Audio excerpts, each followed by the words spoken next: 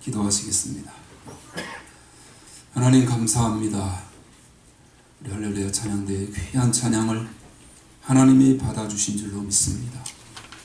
정말 하나님께서 우리에게 주신 선물인 하나님의 평화가 늘 우리를 주장하여 주시옵소서.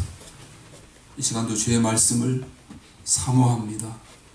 주께서 친히 말씀해 주시고 하나님 되심이 선포되는 귀한 말씀의 시간이 될 수 있도록 주의 성령으로 우리 모두를 사로잡아 주시고 이 부족한 종을 오직 주의 말씀 전하는 도구로만 사용해 주시기를 간절히 원하옵고, 예배를 방해하는 그 어떤 악한 세력 틈타지 못하도록 성령 하나님께서만 함께 해주시고 우리의 심령을 새롭게 해주시기를 간절히 원하오며 예수님의 이름으로 감사하며 기도드리옵나이다.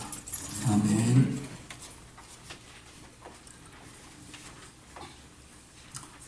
반갑습니다.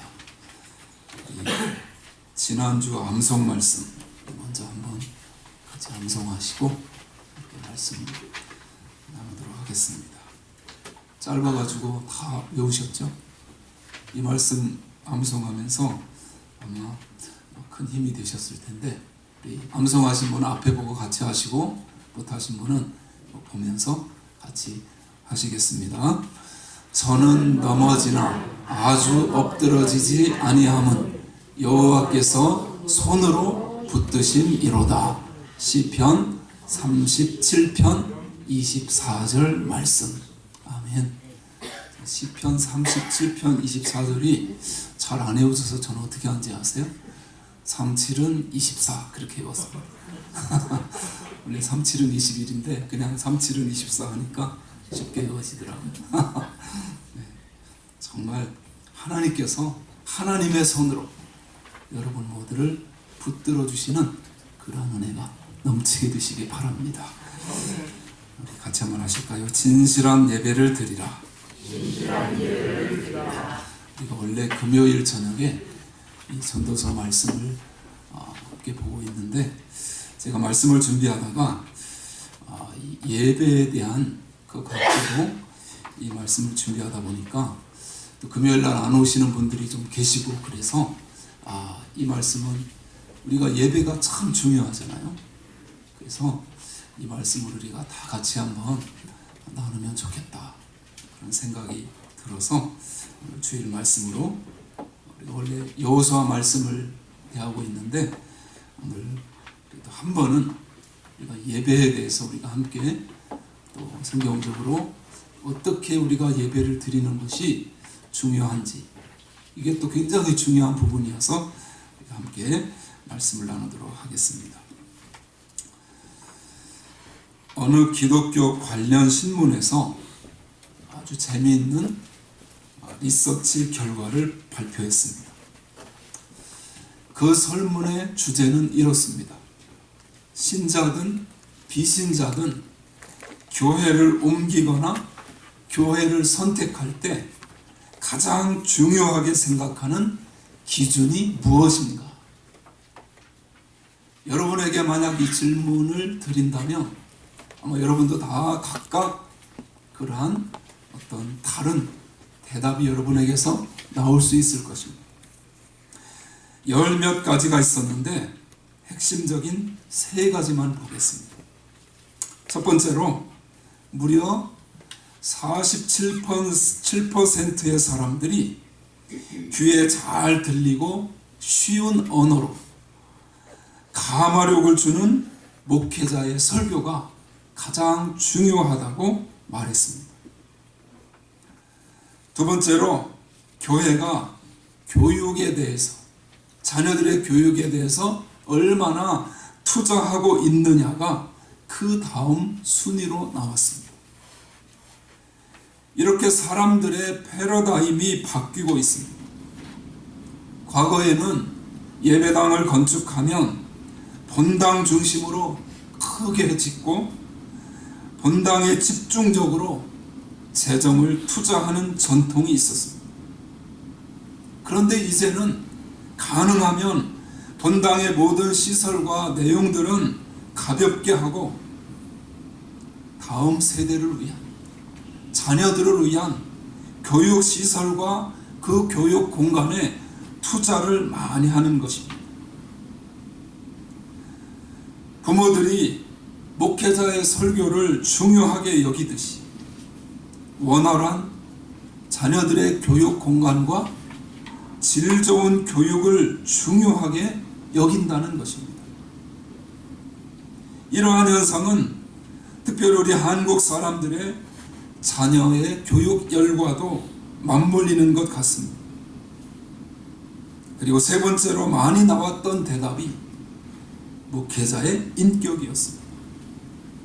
그만큼 설교와 설교자를 가장 중요한 기준으로 삼고 있습니다.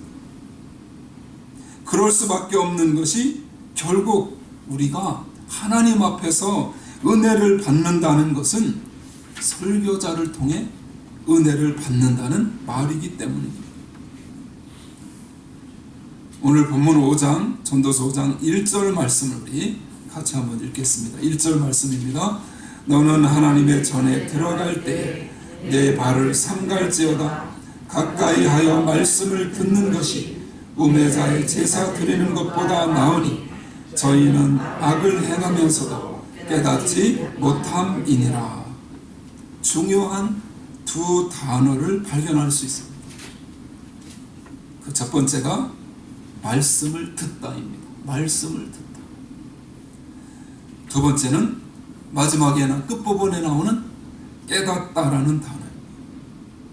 하나님의 말씀을 아무리 들어도 깨닫지 못하는 사람이 있습니다. 굉장히 안타까운 일이죠. 히브리서 5장 12절에 보면 이런 말씀이 나옵니다. 나눠드린 페이퍼 히브리서 5장 12절 말씀 같이 읽습니다. 때가 오래므로 너희가 마땅히 선생이 될 터인데 너희가 다시 하나님의 말씀인 초보가 무엇인지 누구에게 가르침을 받아야 할 것이니 젖이나 먹고 단단한 식물을 못 먹을 자가 되었도다. 이 말씀은 초신자들의 이야기가 아닙니다. 적어도 어릴 적부터 귀에 못이 박히도록 말씀을 모조리 외운 정통 히브리인들에게 한 이야기입니다. 그런데 문제는 그들이 그렇게 말씀을 줄줄 외웠다 할지라도 전혀 깨달음이 없었다는 사실입니다. 그러므로 우리는 말씀을 들을 때마다 깨달음의 은혜를 하나님께서 우리에게 부어주시기를 기도해야 합니다. 그런 면에서 이제 우리는 목회자의 시각이 아닌 청중의 입장에서 어떻게 말씀을 구체적으로 들을 수 있는지 살펴보겠습니다. 제이 아담스라는 분이 마태복음 13장을 중심으로 이런 말을 했습니다.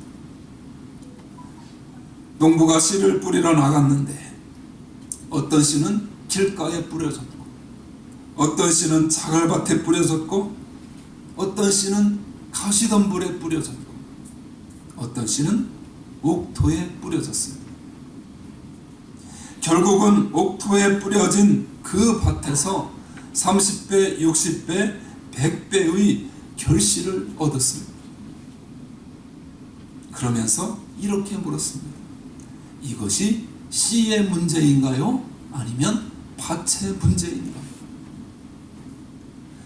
우리가 상식적으로 생각할 때 씨의 문제가 있기보다는 밭의 문제가 있다고 볼 것입니다.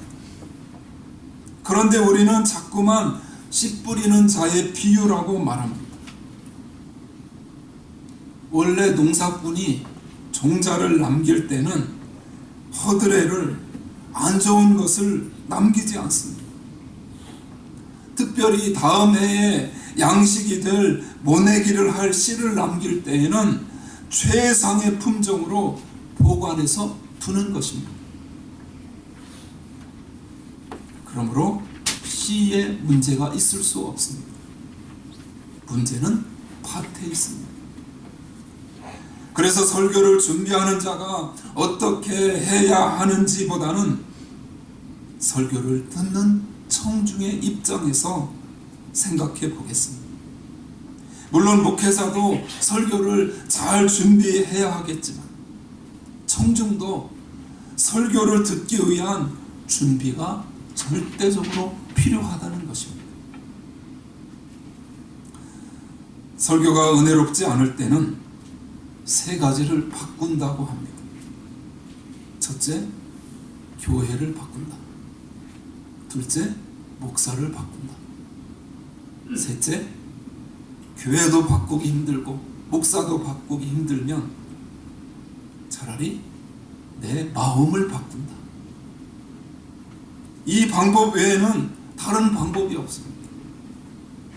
제이 아담스라는 분이 어떻게 설교를 잘 들을 수 있는가 라는 자신의 저서에서 재미있는 몇 가지 방법을 적어 놓았습니다.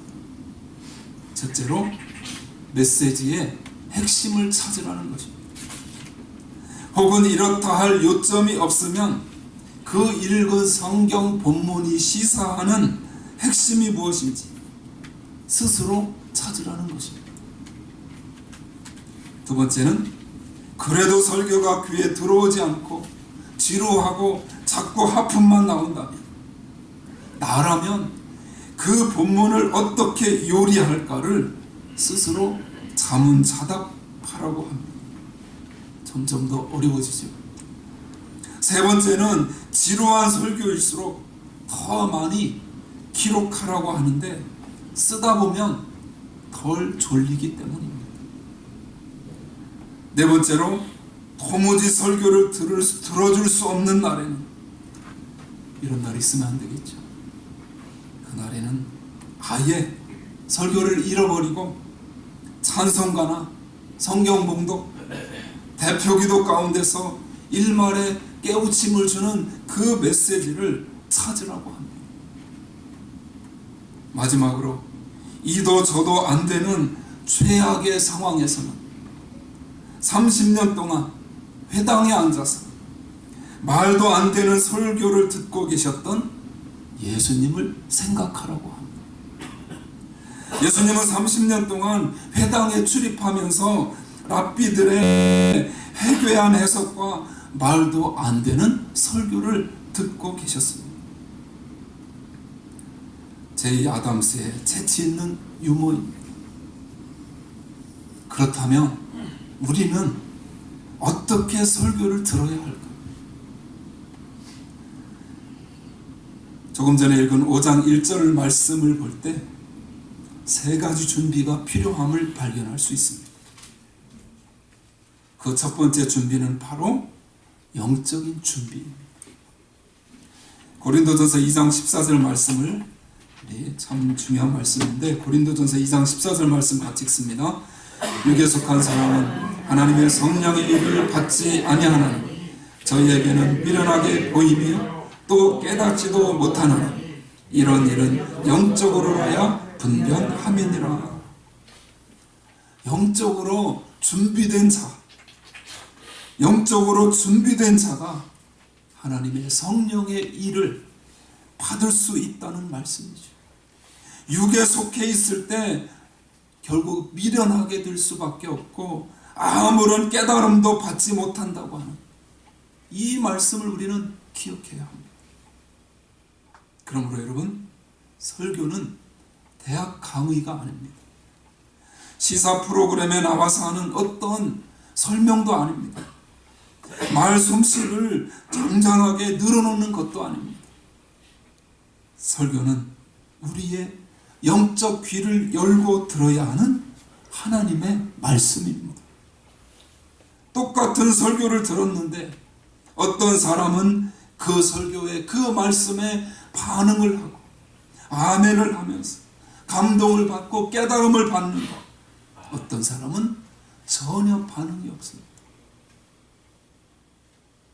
설교를 듣는 일은 영적인 일이기 때문에 영적인 귀와 영적인 마음을 가지는 것이 너무나도 중요합니다.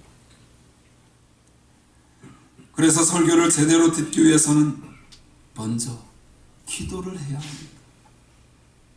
설교자만 기도하는 것이 아니라 여러분도 설교를 잘 듣기 위해서 정말 하나님이 주시는 깨달음을 제대로 얻기 위해서 기도해야 된다고 하는 사실입니다. 설교가 마치 기계처럼 척척 쉽게 나올 수 없기 때문에 설교 때마다 새롭게 달라지지 않으면 청중을 감당할 수가 없습니다. 그래서 그런 말이 있습니다. 설교는 죽기 전까지 방학도 없고 대상도 바뀌지 않는다. 이처럼 설교를 듣는 청중의 입장에서 영적인 준비가 있어야 하는데 우선 세 가지를 준비해야 합니다.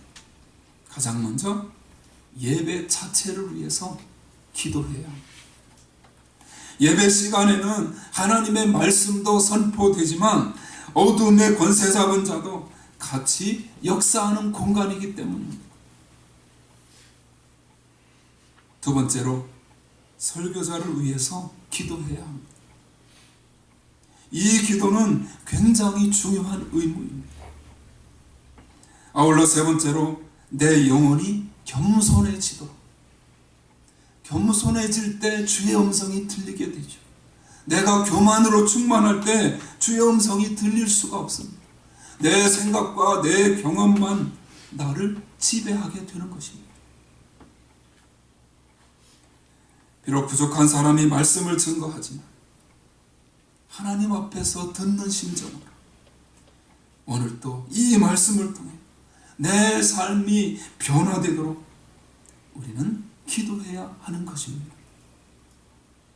설교를 듣는 것 자체가 영적인 일이기 때문입니다. 설교를 제대로 듣기 위한 두 번째 준비는 영적인 준비에 이어서 간절한 기대감입니다. 사모하는 마음입니다. 간절한 기대감이란 바로 정서적 준비를 말합니다. 사도행전 17장 11절 말씀 같이 읽습니다. 베레아 사람은 데살로니가에 있는 사람보다 더 신사적이어서 간절한 마음으로 말씀을 받고 이것이 그러한가 하여 날마다 성경을 상고함으로. 이 마음으로 우리가 금년도에 성경 일독으로해서 계속 여러분들을 주보에 본문을 실어드리면서 범위를 실어드리면서 도와드리고 있는데, 정말 우리가 말씀을 대하고 말씀을 읽으면서 어느 날은 오늘 이 말 몇 장까지 읽어야 하는데 그것으로 또 분주하게 쫓기다 보면 본문의 내용 아무것도 그냥 모르고 그냥 지나가는 경우들도 있을 수 있죠. 베레아 사람들과 같은 그런 간절한 마음, 하나님이 도와주셔서 정말 이 말씀을 읽을 때 하나님이 내가 이 말씀이 깨달아지게 해주시고 또 이해되게 해달라고 기도하는 그 마음으로 우리가 날마다 성경을 읽으며 말씀을 대하며 말씀 속에 깊이 들어가는 그러한 심정을 가지고 우리가 말씀을 대할 수 있어야 한다는 것입니다. 베레아 사람들이 말씀을 듣는 태도가 나오는데 그들은 간절히 말씀을 들었다고 했어요. 그 말씀이 정말 그런지 날마다 상고했다고 그렇게 말합니다. 그들의 마음이 열려 있었던 것이고 목마름이 그들에게 가득했기 때문에 이런 태도가 나올 수 있었던 것입니다. 그런 면에서 여러분이 항상 설교를 들을 때, 주의 말씀을 대할 때 어린아이 같은 순수한 마음, 마치 목마른 사슴이 시냇물을 찾아 헤매이듯이 여러분의 영혼이 주를 찾기에 갈급해할 때 그곳에서 진정한 변화와 축복의 역사가 일어나게 될 줄로 믿습니다. 오늘은 설교 준비를 제대로 했는지 한번 살펴볼까? 설교를 채점하고 설교를 심판하는 그러한 자리에 서서는 안 된다는 것이죠. 그런 식으로 하면 아무리 예배를 드려도 변화의 역사가, 말씀의 역사가 내 속에서 일어날 수가 없습니다. 여기서 중요한 도전 하나를 드리고 싶습니다. 내가 오랫동안 예배에 참석을 하고 말씀을 들었는데도 변화되지 못했다. 근본적으로 예배에 문제가 있고 또한 내 태도에 문제가 있다는 사실을 생각하며 한번 자신을 겸손히 들여다보는 그러한 시간을 가지시기 바랍니다. 설교를 제대로 듣기 위한 마지막 세 번째로 실제적인 준비를 해야 하는데, 실제적인 준비를 위한 첫 번째 방법은 그 전날 토요일이죠. 토요일에 잠을 충분히 자는 것입니다. 수면을 충분히 취하지 않고는, 수면을 충분히 취하지 못하면 아무리 좋은 설교라고 해도 귀에 잘 들어올 수가 없습니다. 게다가 토요일 밤에 재미있는 TV 프로그램이 많죠. 그래서 동해물과 백두산이 마르고 닳도록 텔레비전을 보면 그 다음날 예배 시간에 졸음이 올 수밖에 없습니다. 당연한 것이죠. 그러므로 예배의 준비와 말씀 듣는 준비는 실질적으로 토요일부터 시작해야 합니다. 목사가 애써서 말씀을 준비한다면 그 말씀을 듣는 청중도 당연히 들을 준비가 되어야 할 것입니다. 그래서 토요일은 마음을 편안히 가지면서 가급적 일찍 잠자리에 들어야 하는 것입니다. 주의를 위해서, 은혜 받기를 위해서. 이것은 내가 내 삶의 우선순위를 어디에 두느냐의 문제입니다. 그리스도인들은 한 주간 동안 하나님의 말씀으로 살아가는 사람들입니다. 주일의 영적인 힘을 충분히 공급받고 그 힘으로 한 주간을 살아가기 때문에 주일에 예배를 실패하면 한 주를 실패하게 되는 것입니다. 나를 공격하는 세력이 너무나도 많기 때문에 그 힘을 미리 축적해야만 승리의 삶, 이기는 삶을 살게 되는 줄로 믿습니다. 실제적인 준비를 위한 두 번째 방법은 예배 시간에 늦지 않는다는 결단을 하는 것입니다. 불가피하게 늦는 경우도 있을 수 있습니다. 그러나 지각이 습관적이 되면 안 됩니다. 오늘까지만 스스로를 용서하시고 다음 주부터는 이전에 오던 시간보다 10분만 일찍 출발하시기를 바랍니다. 그래야 예배, 설교와 예배와 자신을 위해서 기도할 수 있고 준비된 예배를 하나님 앞에 올려드릴 수 있기 때문입니다. 그리고 실제적인 준비 그 세 번째로 아침을 너무 많이 드시지 말라는 것입니다. 배가 부르면 당연히 눈꺼풀이 천하장사라 해도 내려오게 되어 있습니다. 성경에도 보니까 2층 다락방에서 말씀을 듣던 중 졸다가 떨어진 유두고라는 사람이 있지 않습니까?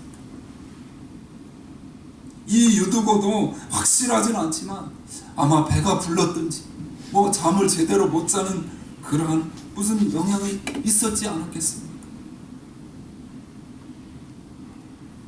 조금 배가 고파야 나 자신이 불쌍하게 생각되기도 하고 사람도 겸손해진다고 합니다. 누가복음 4장 16절 말씀 같이 읽겠습니다. 예수께서 그 자라나신 곳 나사렛에 이르사 안식일에 자기 규례대로 회당에 들어가사 성경을 읽으려고 서시네. 예수님이 나사렛에 도착하셨을 때는 안식일이었습니다. 예수님은 규례대로 회당에 가십니다. 이 제2 아담스의 말처럼 30년 동안 말도 안 되는 이 랍비들의 설교를 들으셨지만 예수님은 그래도 자기 규례대로 안식일에 회당에서 예배를 드립니다. 바로 네 번째 실질적인 준비는 꾸준히 예배에 참석하는 것입니다. 여러분의 삶의 우선순위에서 예배를 가장 소중히 여기시기를 바랍니다. 예배에 승리하고 예배에 성공해야 나머지도 하나님께서 성공하도록 이끌어 주시기 때문입니다. 그리고 다섯 번째 준비로 정서가 중요합니다. 한국 사람들은 특별히 무엇을 했느냐가 중요하지 않고 누가 말했느냐, 그것을 중요하게 생각합니다. 그리고 한국의 정서는 설교자와 감정이 뒤틀리면 일단 그 설교가 귀에 들어오지 않습니다. 저도 연약한 인간이기 때문에 본의 아니게 여러분들에게 상처를 줄 때도 있고 또 상처를 받을 때도 있습니다. 그러므로 마음을 열지 않으면 아무리 좋은 말씀이라도 무용지물이 되고 맙니다. 결국 우리가 손해를 보는 것이지 않습니까? 누가복음 10장 16절 말씀 같이 읽습니다. 너희 말을 듣는 자는 곧 내 말을 듣는 것이요 너희를 저버리는 자는 곧 나를 저버리는 것이요 나를 저버리는 자는 나 보내신 이를 저버리는 것이라 하시니라. 예수님께서 제자들에게 하신 말씀입니다. 제자를 거절하면 예수님을 거절한 것이고 예수님을 거절하면 하나님을 거절한 것이라고 말씀하시는 것이죠. 설교자도 물론 도덕적으로 바르게 행동을 하고 사람들에게 상처를 주지 말아야 하지만 설교자를 하나님의 능력을 덧입어서 설교하는 자로 인정하셔야 합니다. 그래야 그 설교를 통해 은혜를 받을 수가 있기 때문입니다. 과거에 주목교의 대부 출신인 목사님이 한 분 계셨습니다. 지금은 돌아가셨지만 이분은 한 시대를 풍미했던 걸출한 주목의 소유자였습니다. 그 사모님도 나중에 목사님이 되셨지만 한 성격 하시는 분이셨다고 합니다. 그러니까 같이 살았겠죠. 그런데 예배 10분 전에 사모님과 대판 싸우셨습니다. 예배 시간이 되니 바로 휴전에 들어가고 목사님은 청산유수처럼 설교를 하셨습니다. 더 놀랄 일은 보통 웬만한 사람 같으면 그 설교가 귀에 들어오지 않고 분한 마음이 가득해서 고개를 푹 숙이고 있을 텐데 그 사모님은 맨 앞자리에 앉아서 아멘을 열심히 하면서 설교를 듣고 있는 것입니다. 대단한 사모님이세요. 예배 전에 대판 싸운 것을 목격한 분들이 의아해하자 남편이 강단에 설 때 하나님의 사자로 보이기 때문이라고 말하고 예배가 끝나자 다시 싸우기 시작했다고 합니다. 그런 면에서 우리도 감정을 잘 추스르고 하나님 말씀을 듣는 훈련이 필요합니다. 사랑하는 여러분, 우리는 예배를 드리고 설교를 들으면서 하나님을 경외하며 하나님 앞에서 약속을 합니다. 그리고 설교 속에서 한 주간이든 평생이든 크고 작은 결단들을 많이 합니다. 각오와 깨달음이 있으면 결단이라는 작용이 저절로 일어나게 됩니다. 그리고 마음으로 순종하면서 헌신합니다. 오늘 전도서 5장은 함부로 서원을 하지 말라는 의미보다는 하나님의 말씀을 듣고 결단을 했으면 그 말씀대로 믿고 순종하며 사는 것이 중요하다는 메시지입니다. 그렇게 할 때 삶의 변화가 일어날 수 있기 때문입니다. 저와 여러분 모두가 하나님을 경외하는 예배자, 진실하게 드리는 예배를 통해서 주시는 하나님의 말씀대로 순종하며 변화되는 역사, 넘쳐나는 지혜자들로 승리하게 되시기를 주님의 이름으로 축원합니다.